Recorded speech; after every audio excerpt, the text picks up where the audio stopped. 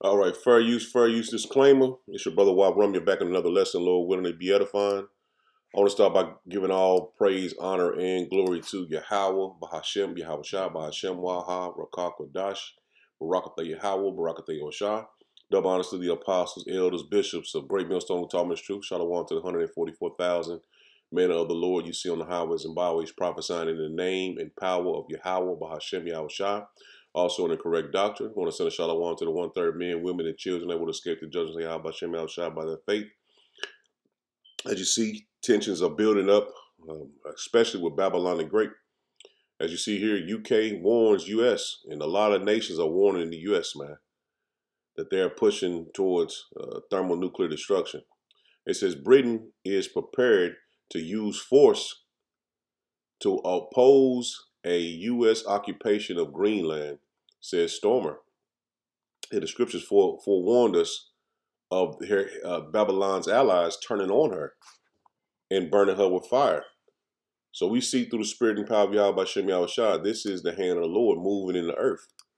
And we see tensions are rising because the day of the Lord is very near. As you see breaking, U.S. withdrawals from 66 UN entities and international organizations, deepening retreat from world order. See, they're heading towards a new world order, NWO. So everything is being switched from the old world to the new world that they're trying to bring in. But we see through the spirit and power of Yahweh by Shem Yahweh Shah that it's going to be ended before they can get their feet wet in the NWO, because war is prepared this as well, man. Suggests that we're going to have a big war soon. The president announced that he is hiking the Pentagon budget from $1 trillion to $1.5 trillion. Just announced that. That's the kind of budget that a country that anticipates a global or regional war has for its military. Obviously, we're moving in that direction toward a world war. Sorry. So how do you position yourself for that? Well, you look at a map and you ask, what areas do I want to control? Where are the trade routes? Who's got the resources? And if you were to do that, you would arrive at the most obvious conclusion of all, which is the United States has to have a relationship with Russia in order to survive anything like that. So they see they hike their border, not their border, but their budget to outrageous numbers for a war. And they're going to be fighting on they're going to be fighting almost everyone in the world, man, that has a military. And that's what they're doing. They're putting themselves against their backs against the wall, believing they are able to conquer all the countries, man, even their own allies. As you see, North Korea fires ballistic missiles toward Japan. Tokyo issues alert after launch detection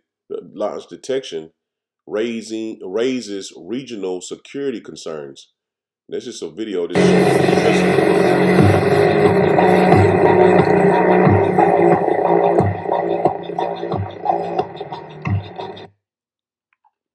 And Babylon calls all the nations to prepare for war. They cause all the nations to get ready and prepare for war. Let me bring out one scripture and then we'll get right back to the videos, because I got a couple more I want to bring out. This is Joel 3. We should all know this by heart, but it's always good to reiterate these scriptures because there's so many, you forget about what they say. So you got to continue to go and read them over and over again, because it'd be more information in one scripture that, you know what I'm saying, you might have overlooked or have not heard in a while.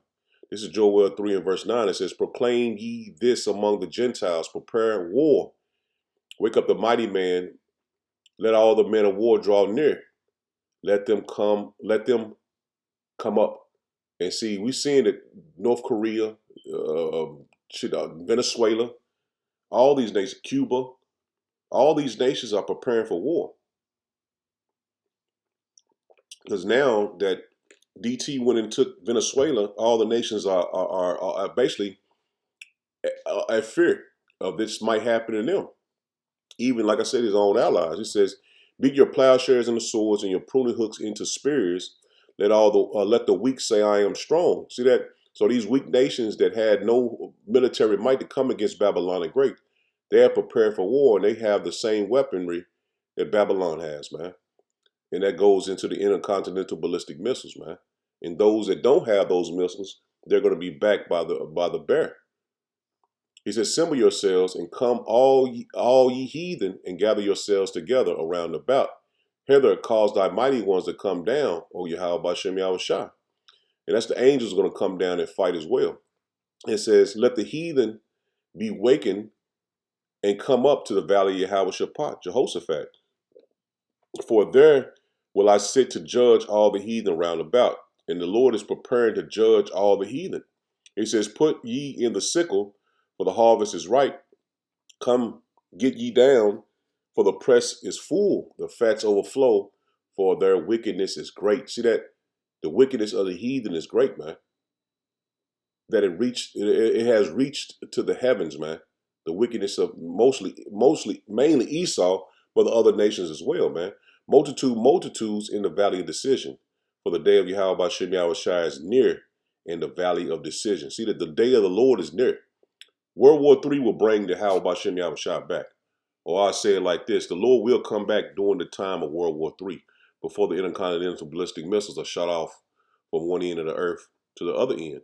He said, the sun and the moon shall be darkened, and the stars shall withdraw their shining. Yahweh Bashem Yahushua shall so let me slow down, man. He says, Yahweh Bashem Yahushua also shall roar out of Zion and utter his voice from Jerusalem, and the heavens and the earth shall quake. Shall shake. I don't know, I'm off this early in the morning. Let me get back to it. Let me say, it says, but Yahweh Bashem Yahushua will be the hope of his people. See, the Lord is our hope. We ain't trying to get no weapons and none of that shit, man. We're relying everything on our power, Yahweh Bashem Yahushua. It says, but Yahweh Bashem Yahushua will be the hope of his people and the strength of the children of Israel. See that? He is going to be our strength. So the times we're coming into, Yahweh Bashem Yahushua is going to be our defense. And that's why we bring these lessons out for our people to be built up, the elect to be built up in the faith of the Lord, man. Because what's coming is going to be worse than we can ever describe, man. Just like now, you seen this Edomite lady got knocked off by the Alphabet Gang up in, what was it, Minnesota? Well, I think it's Minnesota. Where George Floyd was at. I think it's Minnesota, I want to say. It's been on all over the news. But when would you ever thought that an Edomite would be a woman? They would justify the death of an Edomite woman, man, here in Babylon the Great, man. That day would have been unheard of, man. But we see the Lord is stirring up things, man. So let's get back into these videos.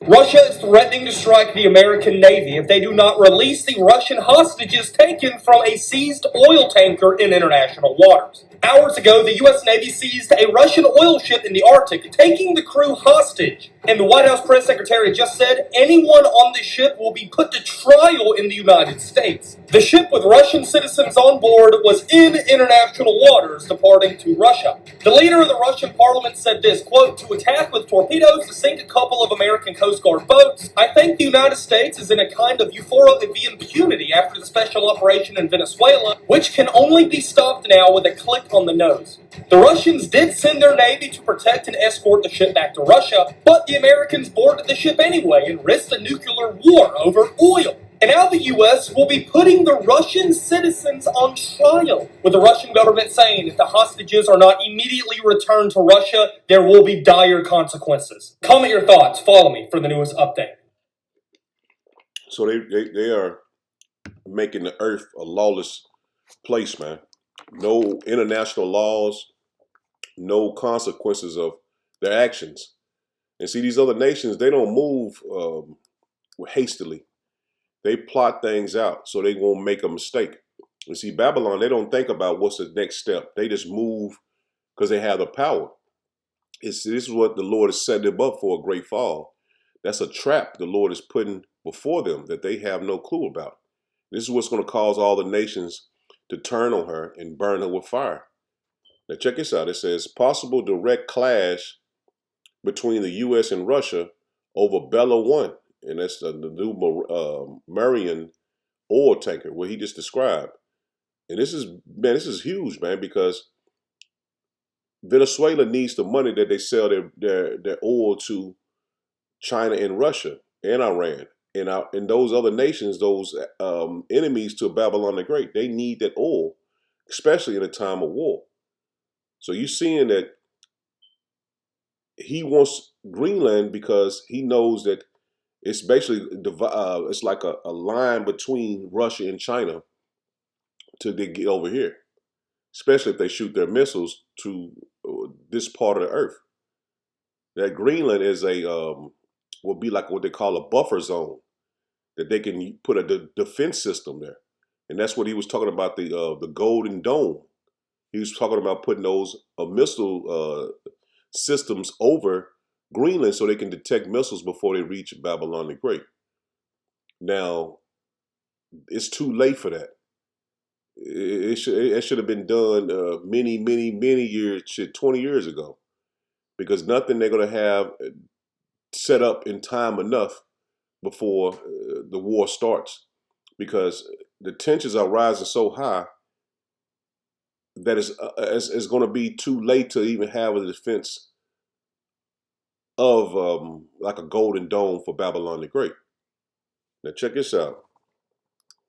Naval showdown is currently happening between Russia and the United States over a Venezuelan oil tanker linked to Russia. So here's what's happening. The United States Navy has been pursuing an oil tanker that departed from Iran and was headed to Venezuela to transport oil. And while the United States was pursuing this oil tanker to take it over, the crew of the oil tanker painted a Russian flag on the hull and reflagged the tanker as a Russian registered tanker. But the United States did not care that it now belongs to Russia and pursued the tanker anyway. So earlier today, Russia announced that they are going to deploy a submarine and other naval vessels to escort the oil tankers. And upon hearing that, the United States sent a helicopter and a special commando team to board the ship before Russian naval forces get there. And so far, it seems like the US has won, as US troops were able to board the ship before Russian Navy was able to get there on time. So they confiscated the oil ship before they was able to even get there with their naval fleet. And America said it's going to hold those captured from the oil, this oil vessel. They're going to hold them, hold trial for them. And they said that's a sanctioned ship that was taken by Babylon.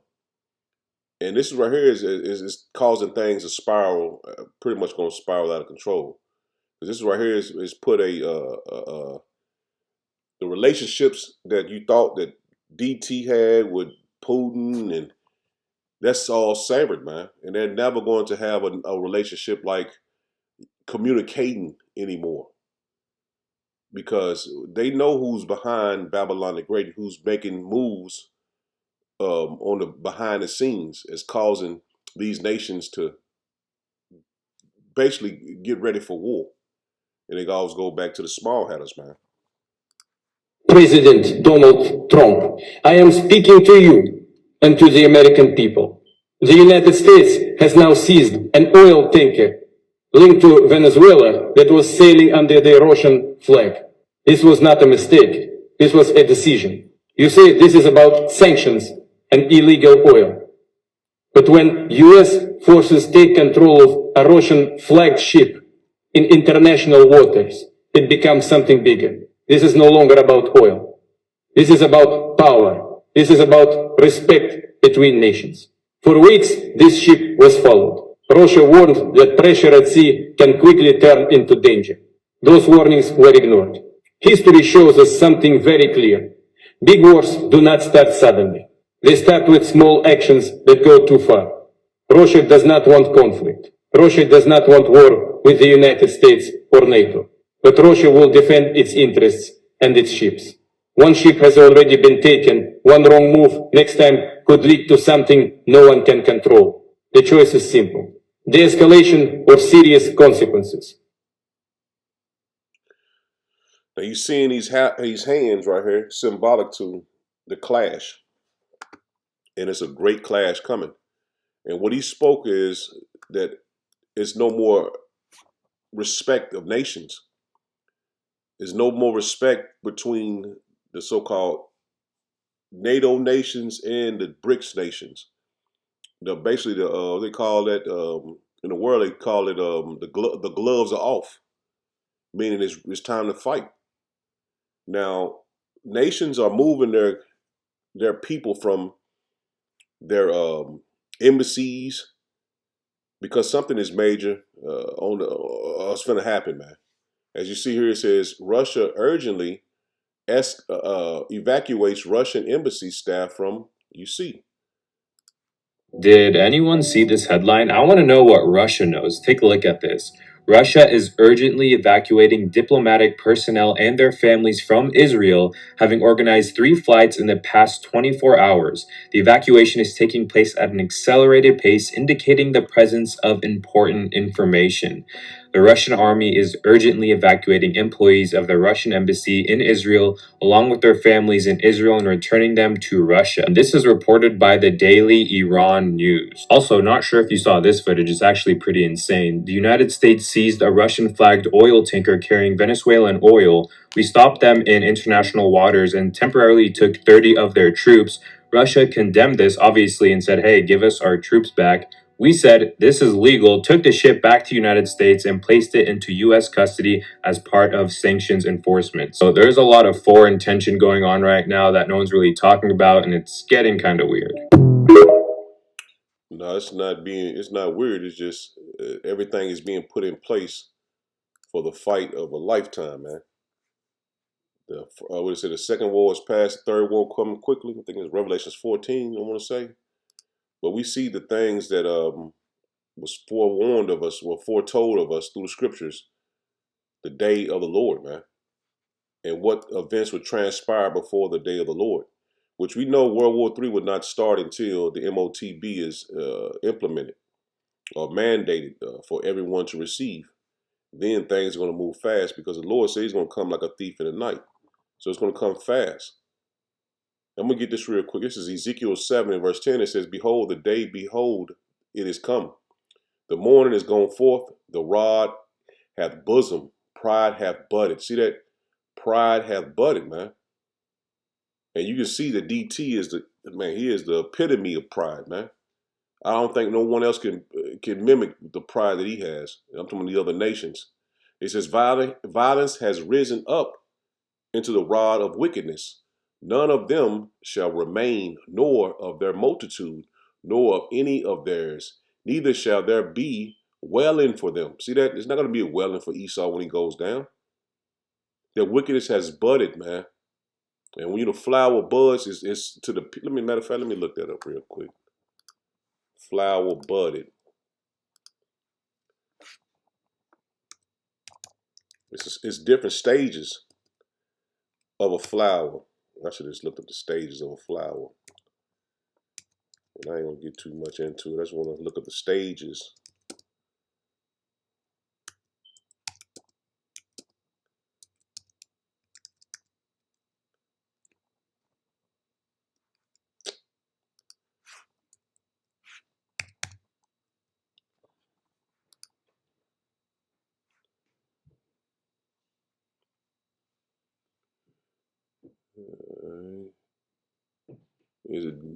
What's the first stage? Germination, growth. Let me look up, let me see if this one. Stage into,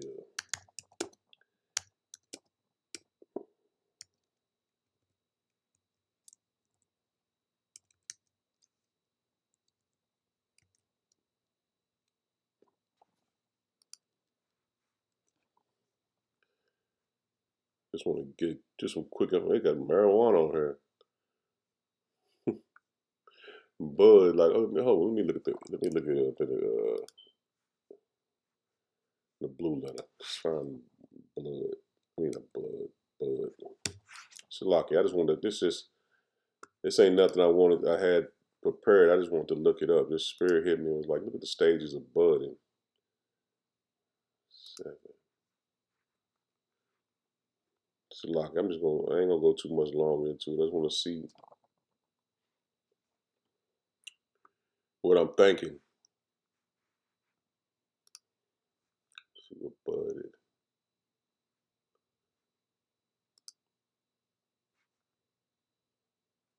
bud, sprout, shoot, blossom. It's like a flower. I know it's the last stage of it, but I just wanted to see if it was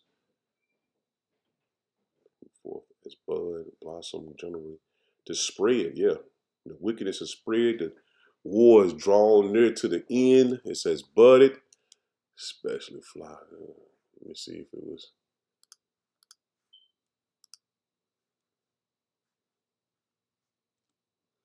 You got a seed stage, the germination stage, growth, reproduction, pollution, pollination, spreading seeds. Yeah, that's gonna, man. That's gonna bother me. I might have to look that up after I finish this lesson to see what it budded, man. That might be the avatar for the video. Verse 11. It says, "Violence has risen up into the rod of wickedness. None of them shall remain, nor their multitude, nor of any of theirs. Neither shall there be wailing for them. The time is come, the day draw near. Let not the buyer rejoice, nor the seller mourn. For wrath is upon all the multitude thereof." So it's at a time to be worried about money and worried about this and traveling and all of that. It's a time to get really locked into the spirit of Yahweh Shem Yahushua, man. Because we see we're at the door of World War III. It says, "For the seller shall not return to that which is sold, although they were yet alive. For the vision is touching the whole multitude thereof." See, when this happens, man, everybody's going to be affected. Every nation on earth is going to be affected by this World War III, man. It says, "Which shall not return, neither shall any strengthen himself in the iniquity of his life." And see, the Lord is going to require us to be righteous. And if you strengthen yourself in this world, man, thinking, well, I can get this and I can get that, you're going to be touched, man, by judgment. Because the war that was foretold to come, we're at the door of that, man. It's about to be open. And judgment is going to be open as well, man. Especially on 2/3 of our people, man, that didn't have the mindset to repent to the Lord and thought that nothing was ever going to happen here, man. So in the time that the Lord has judged us, it's come to an end, man. This is Jeremiah 12 and verse 1. It says, "Righteous art thou, O Yahweh Shem Yahushua, when I plead with thee, yet let me talk with thee of thy judgments. Therefore doeth the way of the wicked prosper." And see, now we see that the wicked is prospering. And you know what I'm saying, being as a man growing up in Babylon the Great, we've seen the Edomites prosper and grow and have this and have that, and us not having it. He says, "Wherefore are all they happy that deal very treacherously," and they have dealt very treacherously. And it's talking about Jake, but we know for a fact it's Esau now, man. This day and time, man. He says, "Thou hast planted them, yea, they have taken root. They grow, yea, they bring forth fruit. That are near in their mouth and far from their reigns." And see, Esau always said God this and God that, but it's far from them, man. The Lord is far from them. He says, "But thou, O Yahweh Shem Yahushua, knowest me. Thou hast seen me and tried my heart toward thee. Pull them out like sheep for slaughter and prepare them for the day of slaughter." And that's what the Lord is doing, preparing them for the day of slaughter. And Esau has no way out of this, man. He has no way out of this. He says, "How long shall the land mourn and the herbs of every field wither? For the wickedness of them that dwell therein, the beasts are consumed, and the birds, because they said, he shall not see our last end." And see, we see that the Lord is making moves to bring in the last world war, man. To stir up the people, to put the people at edge. Because the Lord is preparing Esau for slaughter. And see, he don't know that the Lord is preparing him for slaughter. He thinks everything is in his hands and he's controlling everything. But Yahweh Bashem Yahweh Shai is going to smack the joystick out of his hands. And he is being prepared to go down. And he don't have a clue that he is being prepared to go down. This is Psalms 119. It's Psalms 119 and verse 126. It is time for thee, Yahweh Bashem Yahweh Shai, to work, for they have made void thy law. And see, Esau have made void all the law, statutes, commandments of the Lord, man. That he feels like no one can even stop him from controlling the world, man. So we know for a fact the Lord is finna come back, man. It's time for the Lord to work, man. The wickedness has budded, man. It is time for thee, Yahweh Bashem Yahweh Shai, to work, for they have made void thy law. And see, everything Esau has done, it was to basically, you know how what they say in the world, put a fist up to the Lord, like I got power too. And that's what Esau has, his mindset is, he has power. And the Lord blessed him with the sword, so he feels like that sword can rule over the Lord, man. That he has enough power in his, he has enough power that he can ultimately fight against Yahweh Bashem Yahweh Shai, man. This is I'll get Psalms. It's Psalms 1. I'll get there already. Let me get Isaiah 66. And see, this sword is being set in place for him to be judged by his own sword, man. And that's those intercontinental ballistic missiles, man. This is Isaiah 66 in verse 16. For by fire and by his sword will Yahweh Bashem Yahweh Shai plead with all flesh. See, the Lord has a sword too. He blessed Esau with a sword, but his sword is bigger. As you say in the world, man, you can't fight it. You can't box against him. The Lord. Let me write 15. It says, "For behold, Yahweh Bashem Yahweh Shai will come with fire, and with his chariots like a whirlwind, to render his anger with fury and his rebuke with flames of fire." And that's how the Lord's coming back, man. With his chariots, those thousands upon thousands of angels and fire, man. For by fire and by his sword, see, by his sword will Yahweh Bashem Yahweh Shai plead with all flesh. And the slain of the Lord shall be many. See, the slain of the Lord shall be many, man. And who's going to stop Yahweh Bashem Yahweh Shai, man?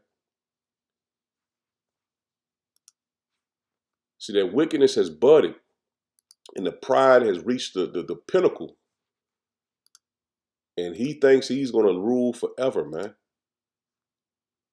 And that's what's going to make it so beautiful to see Esau go down, because he's going to be taken down in his pride. And we're going to rejoice over Esau, man, with great joy, man. This is Revelation 14 and verse 14. It says, "And I looked, and behold, a white horse, it's like a white cloud. And upon the cloud, one sat like unto the Son of Man." That's Yahweh Bashem Yahweh Shai. "Having on his head a golden crown, and in his hand a sharp sickle." And see, the sharp sickle they used in the ancient world was to cut down the wheat, the harvests at that time. They used a sharp sickle, and this is the reason why that wickedness has budded, because these people are going to soon see that the Lord Yahweh Bashem Yahweh Shai was only for the elect of Israel, man, and everyone else was dwelling in their pride and thinking that they had some kind of power in this earth, man, in this world, because the world to come is for the children of Israel, man. Verse 15, it says, "And another angel came out of the temple, crying with a loud voice to him that sat on the cloud, thrust in thy sickle and reap, for the time is come." See that? For the time is come for thee to reap, for the harvest of the earth is ripe. See that? This place is ripe for the picking, man. This place is ripe for the judgment.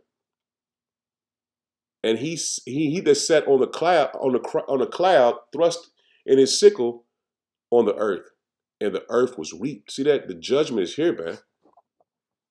It's very, very close, man. And another angel came out of the temple which is in heaven, he also having a sharp sickle, and another angel came out from the altar which had power over fire. And see, we read, was it the beginning of this? Was it Revelation 7? So the angels are holding back the destruction until the elect are sealed. See, we're reaching the point that the elect is sealed, man. Continue on verse 18 again. It says, and another angel came out from the altar which had power over fire, and cried with a loud voice, it's like with a loud cry, to him that had the sharp sickle, saying, thrust in thy sickle, that sharp sickle, and gather the clusters of the vine of the earth, for her grapes are fully ripe. See that? The wickedness has budded, man. The harvest has budded. It's reached the full ripened stage. Now it's time to be cut down. An angel thrust in his sickle into the earth and gathered the vine of the earth and cast it into the great wine press of the wrath of power, man. See, it's a wine press that the Lord is coming to do. He's going to be the wine press. We're going to read it in Revelation, not Revelation, but Isaiah 63. He says, and that wine press was trodden without the city, and blood came out of the wine press, even unto the horse's bridle, man. So, man, it's going to be a lot of blood, man. Heavy judgment by the space of 1,600 furlongs. And see, the wine press the Lord speaking about is him coming and trodden down Esau, but also the other nations, but mainly Esau, man. Isaiah 63, in this verse 3, it says, I have trodden the winepress alone. See that? I have trodden the winepress alone, and the people and other people there was none with me. For I will tread them in my anger and trample them in my fury, and their blood shall be sprinkled upon my garments. And that's metaphorically speaking. And I will stain all my raiment. So he's not actually going to get blood on them, because we've seen it with Revelations 14 about it, the blood coming up to the horse's bridle, man. Just symbolizing a lot of blood, a lot of judgment. Verse 4, it says, for the day of vengeance is in my heart, in a year my redeem has come. And that year, Lord willing, is this one or the next one, 2026 or 2027, man. So Lord willing was edifying me in it there. Shalom. Shalom.